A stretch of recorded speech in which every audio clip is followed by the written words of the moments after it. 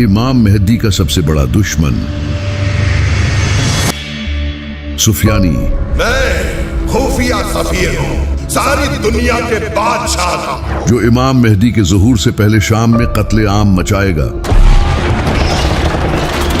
ये इमाम अली अलैहिस्सलाम के चाहने वालों को कत्ल करेगा। लेकिन आखिर इसका ज़ुहूर होगा कैसे, और क्या आज के टाइम में सुफियानी आ चुका है? चले जानते हैं। सुफियानी के बारे में जानने से पहले हमें शाम के बारे में जानना होगा, क्योंकि हदीसों में जब भी सुफियानी का जिक्र आया है तो इसके साथ शाम का नाम भी लिया गया है, क्योंकि सुफियानी का ज़हूर शाम ही से होगा और क़यामत से पहले शाम की इंपॉर्टेंस बहुत ज्यादा होने वाली है। नबी सल्लल्लाहु अलैहि वसल्लम ने फरमाया था, शाम में बरकत है क्योंकि इस पर फरिश्तों ने अपने पर फैलाए हुए हैं। इसके अलावा नबी सल्लल्लाहु अलैहि वसल्लम ने यह भी फरमाया था, मेरी उम्मत का एक गिरोह हमेशा हक के लिए लड़ता रहेगा और अपने दुश्मनों पर गालिब रहेगा, और वो गिरोह शाम ही से होगा।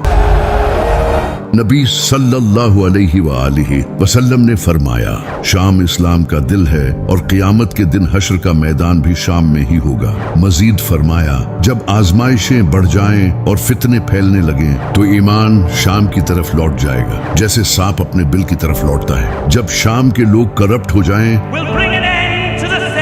तो समझ लो कि तुम में कोई भला इंसान बाकी नहीं रहा। ये तमाम हदीसें नबी सल्लल्लाहु अलैहि वसल्लम ने शाम के बारे में फरमाई। लेकिन आखिर शाम इतना इम्पोर्टेंट क्यों है, ये जानने के लिए हमें थोड़ा पीछे जाना होगा। जब शाम में आज का फलस्तीन, सीरिया, जॉर्डन और लेबनान जैसे रीजन्स शामिल थे और इस पूरे इलाके को शाम कहा जाता था। हजरत इब्राहिम अलैहिस्सलाम जब इराक छोड़कर शाम आए तो वहीं रहने लगे, जिसका जिक्र कुरान में भी है। हमने उसे और लूत को इस सरजमीन तक पहुंचा दिया जिसे हमने तमाम कौमों के लिए बरकत दी है। इनके बाद अल्लाह ने हजरत मूसा अलैहिस्सलाम को भी हुक्म दिया कि वो बनी इसराइल को साथ लेकर शाम जाएं। हजरत मूसा अलैहिस्सलाम के बाद हजरत ईसा अलैहिस्सलाम भी फिलिस्तीन में ही पैदा हुए, जो कि उस वक्त शाम का हिस्सा था। इसी वजह से शाम को नबियों की सरजमीन कहा जाता था। लेकिन फिर शाम रोमन एम्पायर के अंडर आ गया और पूरे शाम पर रोमन्स की हुकूमत कायम हो गई।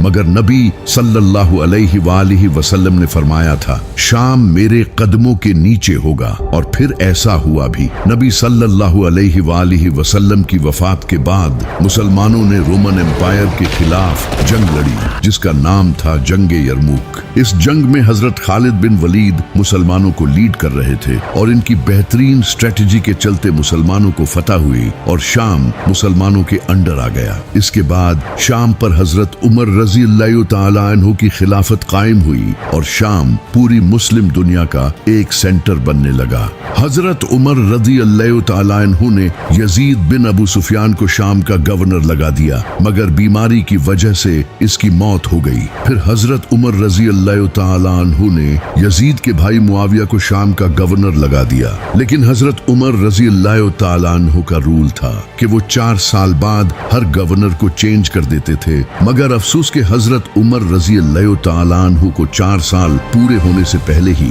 शहीद कर दिया गया। इनके बाद हजरत उस्मान रज़ी अल्लाह तआला अन्हु खलीफा बने और वो मुआविया के कबीले के थे, इसलिए उन्होंने 12 साल तक मुआविया को गवर्नर की पोस्ट से नहीं हटाया। इन 12 सालों में मुआविया ने बैतुलमाल का पैसा लोगों में बांटकर पूरे शाम पर अपना कंट्रोल स्ट्रॉन्ग कर लिया और शाम के लोग इसे अपना लीडर मानने लगे। मुआविया बैतुलमाल से पैसा चोरी करके लोगों को देता था और लोग इससे खुश रहते थे। फिर जब हजरत उस्मान रज़ी अल्लाह तआला अन्हु को शहीद कर दिया गया तो इमाम अली अलैहिस्सलाम खलीफा बने और उन्होंने मुआविया के खिलाफ जंग की, मगर मुआविया ने धोखे से सुलह कर ली और बाद में इमाम हसन अलैहिस्सलाम के साथ भी एक एग्रीमेंट किया, क्योंकि इसने पैसे देकर कई गवर्नर्स को खरीद लिया था। फिर इमाम हसन अलैहिस्सलाम को जहर देकर शहीद कर दिया गया और इसके बाद पूरी हुकूमत मुआविया के कब्जे में आ गई। इसने सारे गवर्नमेंट रिकॉर्ड्स और खजाने दमास्कस शिफ्ट कर दिए। इसने बहुत करप्शन की और इमाम अली अलैहिस्सलाम से दुश्मनी की वजह से इनके चाहने वालों को कत्ल करना शुरू कर दिया। इसने बहुत से सहाबा को शहीद कर दिया जो इमाम अली अलैहिस्सलाम से मोहब्बत करते थे। फिर इसने अपनी पूरी हुकूमत में ऑर्डर्स जारी कर दिए कि जो भी अली से मोहब्बत करे या जिसका नाम अली हो उसे कत्ल कर दिया जाए, और यूं पूरे शाम में कत्ले आम हुआ।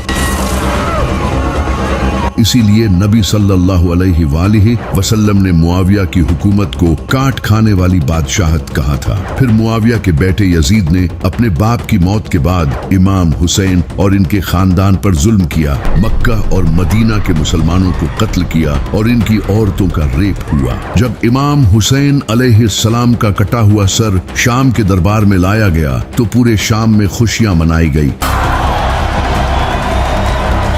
और अब वही शाम जो कभी नबियों की सरजमीन हुआ करता था अब जालिमों के कब्जे में आ गया था। फिर यजीद की मौत के बाद कुछ टाइम तक बनु उमैया ने शाम पर हुकूमत की, मगर बाद में बनु अब्बास ने उन्हें शिकस्त देकर शाम को फतह कर लिया, और इसके बाद शाम पर कई मुसलमान हुकूमतें आती रही। फिर सीरिया पर बशर अल असद की हुकूमत आ गई जो कि एक डिक्टेटर था। इसकी फैमिली कई डिकेड से सीरिया पर हुकूमत कर रही थी और ये एक शिया खानदान था, जबकि सीरिया में तकरीबन मेजॉरिटी पॉपुलेशन सुन्नी मुसलमानों की थी। ये बशर अल असद भी शिया था, लेकिन अलवी शिया था। ये अलवी शिया वो फिरका है जिससे शिया भी नफरत करते हैं, क्योंकि ये अलवी शिया हजरत अली को खुदा मानते हैं, और इसी अलवी शिया की हुकूमत सीरिया पर कायम थी। ये वो टाइम था जब अरब वर्ल्ड में अरब स्प्रिंग के नाम से ट्यूनीसिया, इजिप्ट, लिबिया और यमन में प्रोटेस्ट्स हो रहे थे।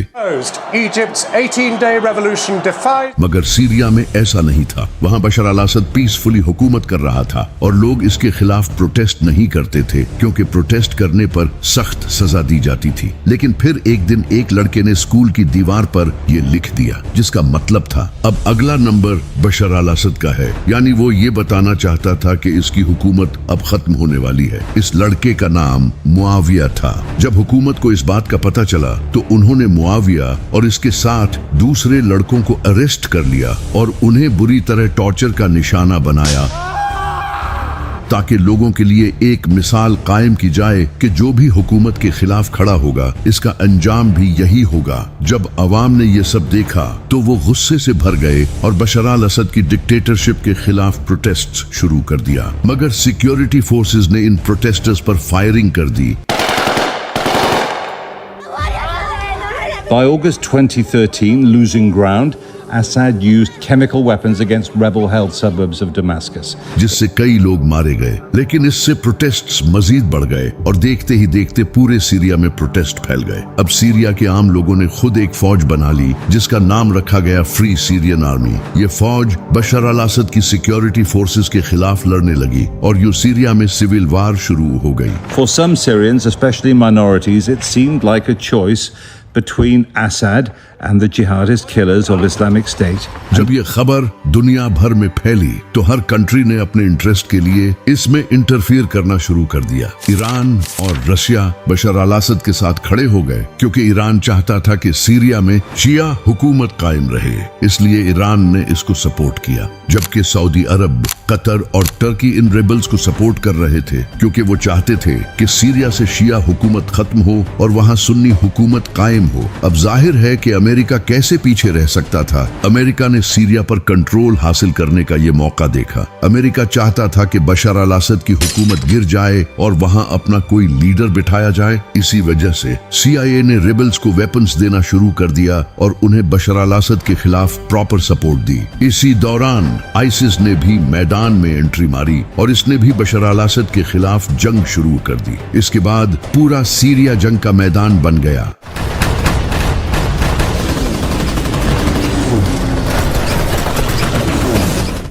लाखों लोग मारे गए, गुर्बत और भूख फैल गई और पूरा कंट्री तबाह हो गया। अमेरिका और इजराइल ने सीरिया पर एयर स्ट्राइक्स की और सीरिया की इकोनॉमी तबाह कर दी। लेकिन आखिरकार रिबल्स ने सीरिया पर कब्जा कर लिया और बशर अल असद रसिया भाग गया। इसके बाद अबू मोहम्मद अल जुलानी सीरिया का अगला प्रेसिडेंट बन गया, जिसे अमेरिका ने प्रेसिडेंट बनाया था। ये वही शख्स था जिसके सर पर अमेरिका ने इनाम रखा हुआ था, क्योंकि वो अल कायदा का मेंबर रह चुका था। लेकिन ये सीरिया का प्रेसिडेंट कैसे बन गया? ऑब्वियसली क्योंकि जोलानी अमेरिका का पपेट बनकर हुकूमत करेगा, और ऐसा ही हुआ। आज तक जोलानी अमेरिका और इजराइल का पपेट है, और इसी जोलानी के बारे में कई मुसलमान दावा करते हैं कि यही सुफियानी है। मगर क्या ये सच है? इसके लिए हमें हदीसों की किताबें खोलनी पड़ेंगी। इमाम जाफर सादिक अलैहिस्सलाम ने फरमाया था, सुफियानी की शक्ल और करतूत अपने बाप और दादा की तरह होगी,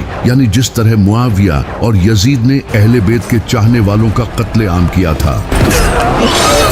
इन्हीं बाप बेटे की नस्ल से एक इंसान निकलेगा जो अपने बाप दादा की तरह ये जुल्म करेगा, जो कि सुफियानी होगा, और वो भी अहले बैत के चाहने वालों को कत्ल करेगा। इसका चेहरा लाल और जानवर जैसा होगा, इस पर एक निशान होगा, इसकी नीली आंखें होंगी, जबकि उसका दिल लोहे की तरह सख्त होगा, और वो बच्चों और औरतों तक को नहीं छोड़ेगा। वो इस उम्मत का फिरौन होगा, जो कि मोमिन के लिए एक आजमाइश होगा। सुफियानी का जुल्म उससे पहले के सारे जालिमों से बड़ा होगा। उसका दिल अहले बैत की नफरत से भरा होगा। वो हर उस इंसान को मार देगा जो अहले बैत के रास्ते पर चलेगा। वो शियों के सिर की कीमत लगाएगा।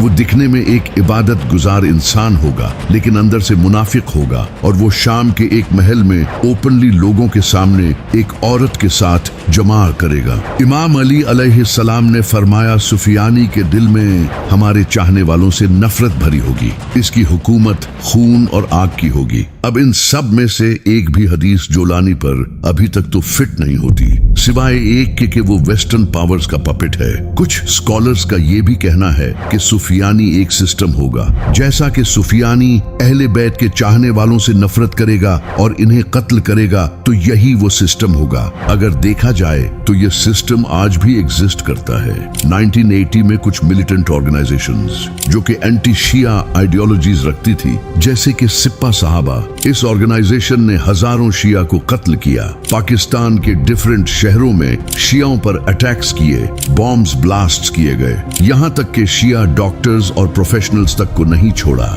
ये सब तकरीबन 20 सालों तक चलता रहा और हजारों शिया कत्ल किए गए। यही वो सुफियानी सिस्टम है। आज भी पूरी दुनिया में अहले बैत के चाहने वालों को काफिर कहा जाता है और उन्हें डिफरेंटली ट्रीट किया जाता है, और ये सब तेजी से बढ़ रहा है। तो ये जो जोलानी है, ये तो सुफियानी बिल्कुल नहीं है। इमाम अली अलैहिस्सलाम ने फरमाया, सुफियानी के इस दुनिया में आने से पहले शाम में 2 गिरोह आपस में लड़ेंगे, लेकिन ये लड़ाई यूं ही चलती रहेगी जब तक अल्लाह की तरफ से एक जलजला ना आ जाए, जिसमें लाखों लोग मारे जाएंगे। ये अर्थक्वेक मोमिनों के लिए अल्लाह की तरफ से रहमत होगा और काफिरों के लिए अजाब होगा। यानी आज के शाम के इलाके जैसे सीरिया, लबनान, जॉर्डन और फिलिस्तीन में 2 गिरोह एक दूसरे से हुकूमत के लिए लड़ेंगे, जैसी आज इन कंट्रीज की हालत है। यहाँ फिर से एक जंग होगी जो कि शायद इसराइल और लुबनान के दरमियान होगी। इसराइल ने अब लुबनान पर एयर स्ट्राइक्स शुरू कर दी हैं। Following further Israeli strikes on southern Lebanon, क्योंकि लबनान उनके ग्रेटर इसराइल का ही पार्ट है, तो इसराइल एक एक करके इन सारे कंट्रीज पर हमला करेगा, जिससे ये जंग छिड़ेगी। ये जंग काफी टाइम तक चलती रहेगी, फिर अल्लाह एक जलजला भेजेगा।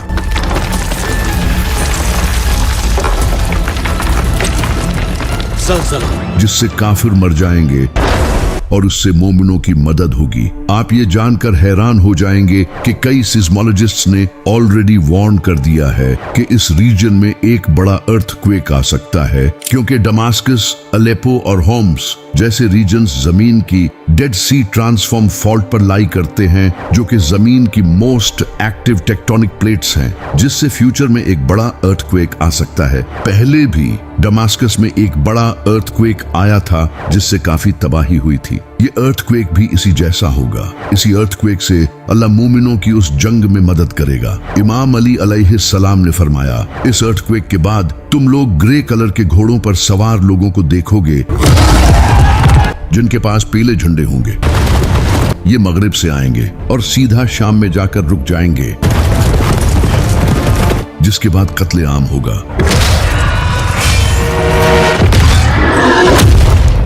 यानी इस अर्थक्वेक के बाद शाम का कोई लीडर नहीं होगा और इसी मौके का फायदा उठाकर कुछ फौजें शाम में आएंगी जो कि नेटो या फिर अमेरिकन फौज होगी, जो कि एक नई जंग शुरू करेंगी।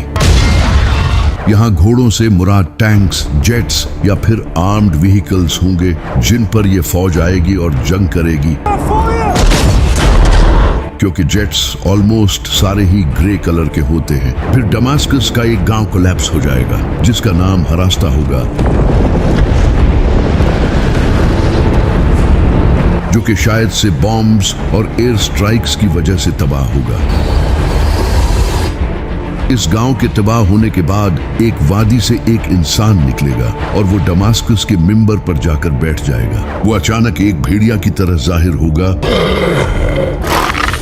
और वेस्टर्न पावर्स के साथ मिला हुआ होगा। इसके साथ ऐसे फौजी होंगे जिनके दिल लोहे की तरह सख्त होंगे, वही सुफियानी होगा। और फिर वो जुल्म करना शुरू करेगा। वो अपनी फौज को पूरे सीरिया में फैला देगा। इसकी आर्मी इराक में भी जाएगी और बगदाद और कोफा को कैप्चर कर लेगी।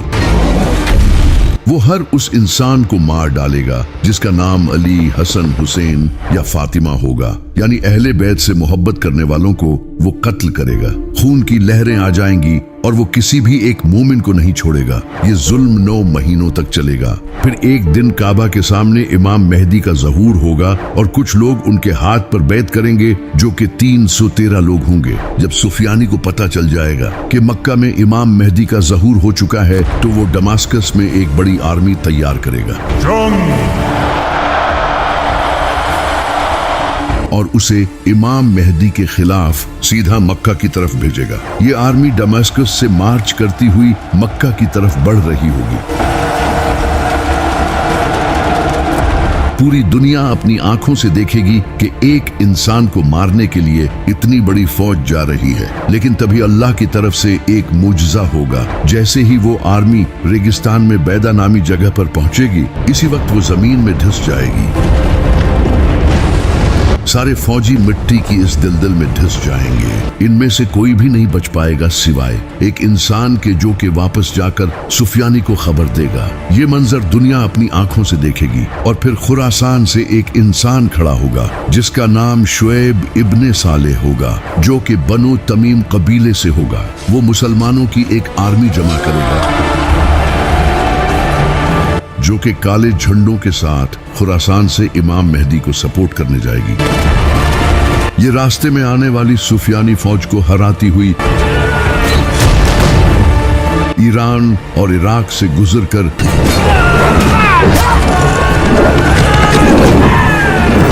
सीधा जेरूसलम जाएगी और वहां अपना झंडा गाड़ देगी। इसके बाद वो कूफा पहुंचेगी और कूफा को अपना बेस बना लेगी। फिर इमाम मेहदी कूफा जाएंगे तो वो आर्मी इमाम मेहदी को अपना लीडर मान लेगी और यूं कूफा इमाम मेहदी का बेस बन जाएगा। वही शहर जहां एक टाइम पर इमाम अली अलैहिस्सलाम का बेस था। जबकि दूसरी तरफ सुफियानी दमास्कस में बैठा होगा और उसे पता चल जाएगा कि इराक इसके हाथ से निकल चुका है, मगर सीरिया अभी भी सुफियानी के अंडर होगा, बिल्कुल इसी तरह जैसे इसके दादा मुआविया का कैपिटल था। एक तरफ इमाम मेहदी होंगे जो कि इमाम अली अलैहिस्सलाम की नस्ल से होंगे और उनका बेस भी इमाम अली अलैहिस्सलाम की तरह कूफा ही होगा, जबकि दूसरी तरफ मुआविया की नस्ल से सुफियानी होगा जिसका बेस मुआविया की तरह सीरिया होगा। एग्जैक्टली जंगे सफीन की तरह सुफियानी गुस्से में आकर एक बड़ी फौज तैयार करेगा।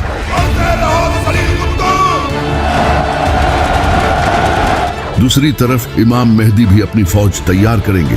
अल्लाहु अकबर। इस वक्त तक सीरिया या इराक तबाह हो चुके होंगे। इमाम मेहदी अपनी फौज लेकर दमास्कस जाएंगे जहां सुफियानी होगा।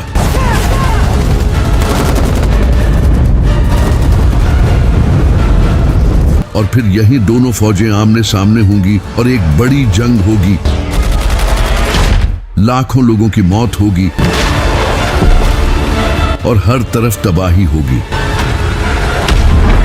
लेकिन इमाम मेहदी ये जंग जीत जाएंगे और सुफियानी की आर्मी खत्म हो जाएगी। सुफियानी ये देखकर वापस दमास्कस भागेगा, मगर इमाम मेहदी की फौज उसे पकड़ लेगी और इमाम मेहदी के सामने लाएगी। फिर इमाम मेहदी उसे खत्म कर देंगे और दुनिया पर हुकूमत